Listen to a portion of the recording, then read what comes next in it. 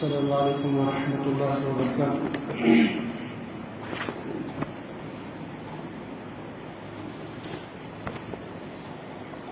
الحمد للہ الملک الجبار الواحد القہار، اشہد ان لا الہ الا اللہ وحدہ لا شریک لہ رب السماوات والارض وما بینہما العزیز الغفار، واشہد ان محمدا عبدہ ورسولہ المصطفى المختار، وصلی اللہ علیہ وعلی آلہ وصحبہ الاطہار الاخیار۔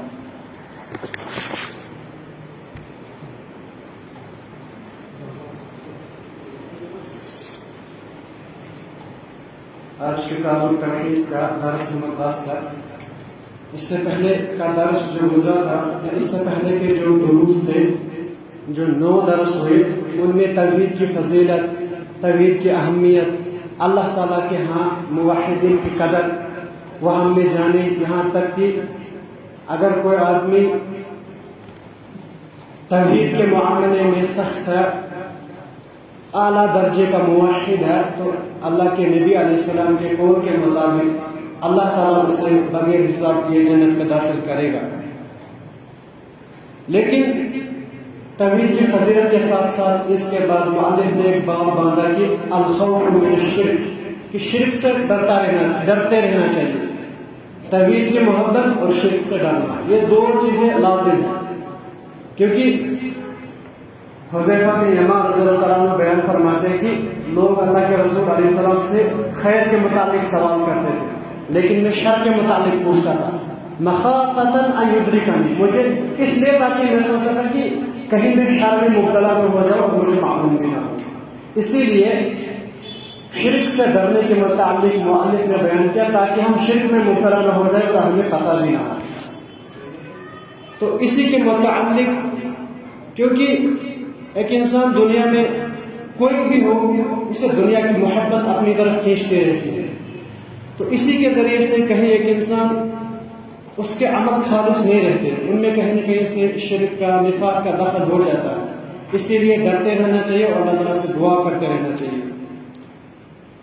مؤلف رحمہ اللہ نے اس میں 2 آیتیں اور 1-2 حدیثیں جمع کی ہے۔ پہلی آیت سورہ نساء کی، اللہ تعالیٰ بیان فرماتے ہیں، ان اللہ لا یغفر ان یشرک بہ، اللہ تعالیٰ مغفرت نہیں کرے گا اس آدمی کو جو اس کے ساتھ کسی کو شریک ٹھہرائے، ویغفر ما دون ذلک لمن یشاء، اس کے نیچے جو گناہ ہوں گے، شرک سے کم ہوں گے، وہ اللہ تعالیٰ معاف کر دے گا۔ یعنی اگر ایک انسان شرک کی حالت میں ہی مر گیا، اس نے توبہ نہیں کیا، تو اللہ تعالیٰ اس کی مغفرت نہیں کرے گا، وہ ہمیشہ ہمیشہ جہنم میں رہے گا۔ اللہ تعالیٰ ہمیں اس سے نجات دے گا۔ لیکن اگر کوئی گناہ کرتے کرتے مر گیا لیکن شرک نہیں کرتا تھا، اللہ تعالیٰ چاہے تو اسے معاف کر دے گا، اگر نہ چاہے تو نہیں کرے گا۔ لیکن شرک کرتے کرتے مرنے والے کو اللہ تعالیٰ نے سیدھے کہہ دیا لا یغفر، اللہ تعالیٰ معاف نہیں کرے گا۔ اسی لیے کچھ علماء بیان فرماتے ہیں شرک سے مراد یہاں پر شرک اصغر بھی ہو سکتا ہے، اکبر بھی۔ تو اللہ تعالیٰ کو اتنا ناپسند شرک کیوں ہے؟ کیونکہ جب کوئی آدمی کسی دوسرے آدمی کو اللہ تعالیٰ کے ساتھ شریک ٹھہراتا ہے تو اللہ تعالیٰ کی شان میں گستاخی ہے۔ ہم کہتے ہیں، بعض لوگ کہتے ہیں کہ آپ اس ولی کو یا نبی کو اتنا درجہ دے دو، آپ تو گستاخی کرتے ہیں۔ لیکن اگر ہم اس کو اللہ کا درجہ دے دیں، اس کی گستاخی نہیں ہوگی، لیکن اللہ کی تو گستاخی ہو جائے گی نا۔ اسی لیے اللہ تعالیٰ کو ناپسند ہے، بہت ہی بڑا ظلم ہے، اللہ تعالیٰ کو بہت برا گناہ لگتا ہے کہ کوئی کسی کو اس کے ساتھ شریک ٹھہرائے۔ اسی لیے آپ دیکھ لیجیے شرک اتنا برا گناہ ہے۔ ابراہیم علیہ السلام نبی تھے، ان کے اولاد اسحاق علیہ السلام، اسماعیل علیہ السلام انبیاء میں سے، لیکن پھر بھی دعا کرتے ہیں وَاجْنُبْنِي وَبَنِيَّ أَن نَّعْبُدَ الْأَصْنَامَ، اے اللہ مجھے اور میری اولاد کو بتوں کی عبادت سے بچانا۔ علماء بیان فرماتے ہیں کہ ابراہیم علیہ السلام نبی ہو کر شرک سے اتنا ڈرتے تھے، اتنا کامل ایمان، تو ہم جیسے کمزور ایمان والوں کو کتنا ڈرنا چاہیے۔ اسی لیے دعا کرنے سے اللہ کے نبی علیہ السلام نے دعا سکھائی کہ ہم یہ دعا کیا کریں، اللہم انا نعوذ بک، اللہم انی اعوذ بک اشرک بک، اے اللہ تعالیٰ مانگتے ہیں کہ ہم آپ کے ساتھ اس کو شریک ٹھہرائیں۔ اسی لیے ابراہیم علیہ السلام نے یہ دعا کی کہ اے اللہ ہمیں بتوں کی عبادت سے بچانا۔ اصنام کہتے ہیں جو انسانی شکل میں بت بنائے جائے، جیسے کہ نوح علیہ السلام کی قوم نے بنائے تھے، اور جب اللہ کے نبی علیہ السلام نے مکہ فتح کیا تھا تو کعبہ میں 360 بت تھے، ان میں سے اسماعیل علیہ السلام کا بھی ایک بت تھا، تو اس کو صنم کہتے ہیں، لیکن دوسرا ہوتا ہے وقت، یعنی کہ اگرچہ بتوں کی شکل میں نہ ہوگا، چاہے درخت ہو، پتھر ہو، تارا ہو، سورج ہو، تو یہ تمام چیزیں غیر اللہ میں آتے ہیں، ان میں سے کسی کی عبادت کرنا بالکل بھی جائز نہیں ہے۔ اسی لیے انسان کو کوشش کرنی چاہیے کہ وہ شرک سے بھی دور رہے اور نفاق سے بھی دور رہنے کی کوشش کرے۔ ابن ابی ملیک کا ایک تابعی ہے، فرماتے ہیں کہ میں نے کم از کم 30 صحابہ کے ساتھ ملاقات کی، ادرکت 30 من اصحاب النبی، کہتے ہیں کلهم یخاف النفاق علی نفسہ، ہر ایک ڈرتا تھا کہ کہیں مجھ میں وہ نفاق نہ آ جائے۔ اور جب یہ میں نے روایت دیکھی، ابن عثیمین نے ذکر کیا کہ اللہ کے نبی علیہ السلام نے حذیفہ بن یمان کو کچھ منافقین کے نام بتائے تھے، صرف حذیفہ بن یمان کو۔ تو جب عمر رضی اللہ تعالیٰ عنہ نے یہ بات سنی، کہتے ہیں عمر رضی اللہ تعالیٰ عنہ حذیفہ بن یمان سے، انشدک اللہ، اللہ تعالیٰ کو رحم کرے، حل سمانی لک رسول اللہ، کیا اللہ کے نبی علیہ السلام نے ان میں سے میرا نام تو نہیں لیا؟ عمر رضی اللہ تعالیٰ عنہ کہتے ہیں، جبکہ اللہ کے نبی نے کہا تھا لو کان بعدی نبی لکان عمر، اگر میرے بعد کوئی نبی ہوتا تو عمر رضی اللہ عنہ نے، اور جنت کی بشارت دی تھی ان کو اللہ کے نبی رسول نے، دنیا میں ہی جنت دی تھی۔ لیکن حذیفہ سے کہہ رہے ہیں کیا اللہ کے رسول نے میرا نام لیا؟ منافقین اتنا ڈرتے تھے۔ اور انہوں نے پھر جواب دیا، کہا نہیں، ولا ازکی بعدک احدا، آپ کیسی بات کہہ رہے ہیں؟ اگر آپ جیسے کا نام لیا جائے تو پھر کون بچتا ہے؟ آپ کے بعد پھر کون بچے گا؟ تو شرک اور نفاق سے ڈرنے کی، بہت انسان کو دور رہنے کی، اور بار بار دعائیں کرتے رہنا چاہیے، کہیں نہ کہیں سے شرک نفاق نہ آ جائے ایک انسان کے اندر۔ اس کے بعد مؤلف رحمہ اللہ نے ایک حدیث ذکر کی ہے جو مسند احمد میں ہے، اللہ کے نبی علیہ السلام نے بیان فرمایا، اخوف ما اخاف علیکم الشرک الاصغر، میں آپ پر سب سے زیادہ یہ خوف کھاتا ہوں کہ آپ لوگ کہیں شرک اصغر میں مبتلا نہ ہو جائے۔ تو اللہ کے نبی علیہ السلام سے پوچھا کہ شرک اصغر کیا ہے؟ فرمایا الریا، ریا یعنی کوئی بھی عمل کرنا تو اس میں دکھاوا، یعنی کسی اللہ کے ساتھ کسی غیر کے لیے کرنا۔ تو صحابہ کرام بہت ڈرتے تھے اس سے، لیکن ہم تو اتنے کمزور ایمان والے ہیں، ہر کسی عمل میں ہمیں ریا آ جاتا ہے۔ اسی لیے علماء نے ریا کی 2 قسمیں بیان کی ہیں، ایک تو ایک انسان ٹوٹلی بالکل کسی غیر کے لیے عمل کرے، وہ بالکل باطل ہے، وہ اللہ تعالیٰ کے ہاں بالکل بھی قبول نہیں ہو۔ دوسری ریا کی قسم ہے کہ ایک انسان اللہ تعالیٰ کے لیے کھڑا ہوا، عبادت کر رہا ہے، لیکن اچانک سے اس کے دل میں ریا پیدا ہو گیا۔ کبھی کبھار ہم نماز پڑھتا ہے، جب ہمیں ہماری طرف کوئی دیکھتا ہے تو ہمارے دل میں ریا پیدا ہو جاتا ہے کہ یہ دیکھ رہا ہے، تو ہم اپنی نماز کو خوبصورت بناتے ہیں۔ تو اگر کوئی آدمی پھر اس ریا کو دور کرنے کی کوشش کرتا ہے، اس میں کوئی مسئلہ نہیں، لیکن اگر ایک انسان اس کو برقرار رکھتا ہے تو پھر وہ عبادت باطل ہو جاتی ہے۔ اللہ تعالیٰ ہم سب کو اس ریا سے بچائے۔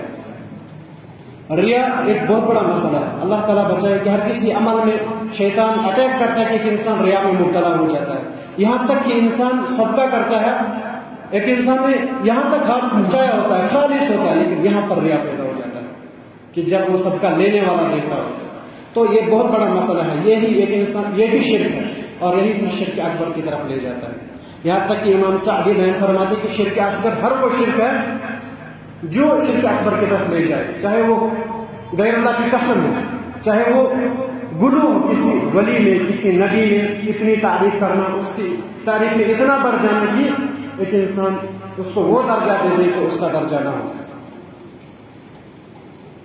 اسی لیے کبھی کبھار لیکن ہم دیکھتے ہیں بعض مرتبہ ہم کہتے ہیں فلانی نے اتنے روپے صدقہ کیا، اگر ایک انسان کو دل میں یہ نیت ہے کہ لوگ دیکھیں تاکہ وہ بھی یہ کام کرے، پھر کوئی حرج نہیں ہے، لیکن یہ کوشش کرے انسان کہ میرے دل میں یہ بات نہ آئے۔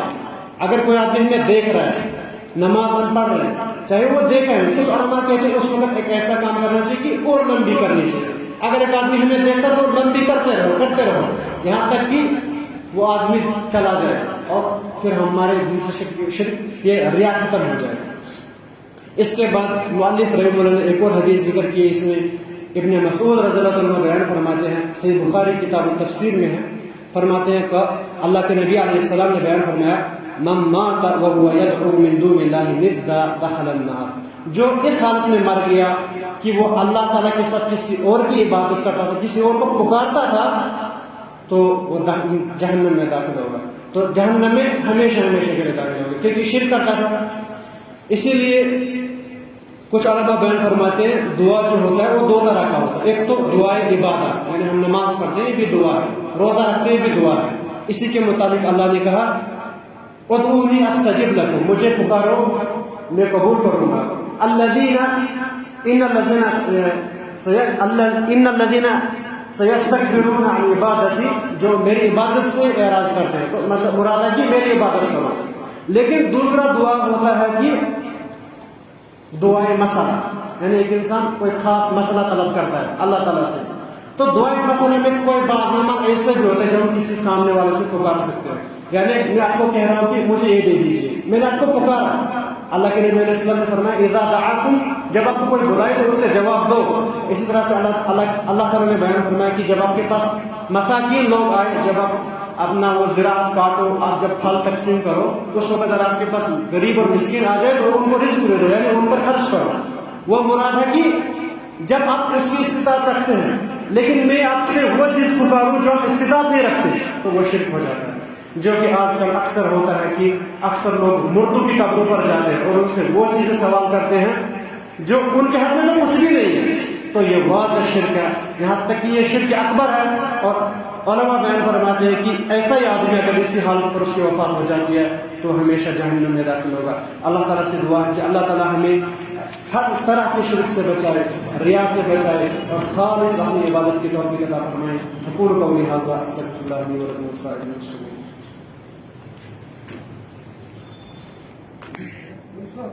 آپ نے کہا نفاق کی نشانی کیا ہے؟ اثر نماز چھوڑ دینا. کبھی بہت ساری نشانیاں اللہ کے نبی علیہ السلام، فجر کی نماز چھوڑنا.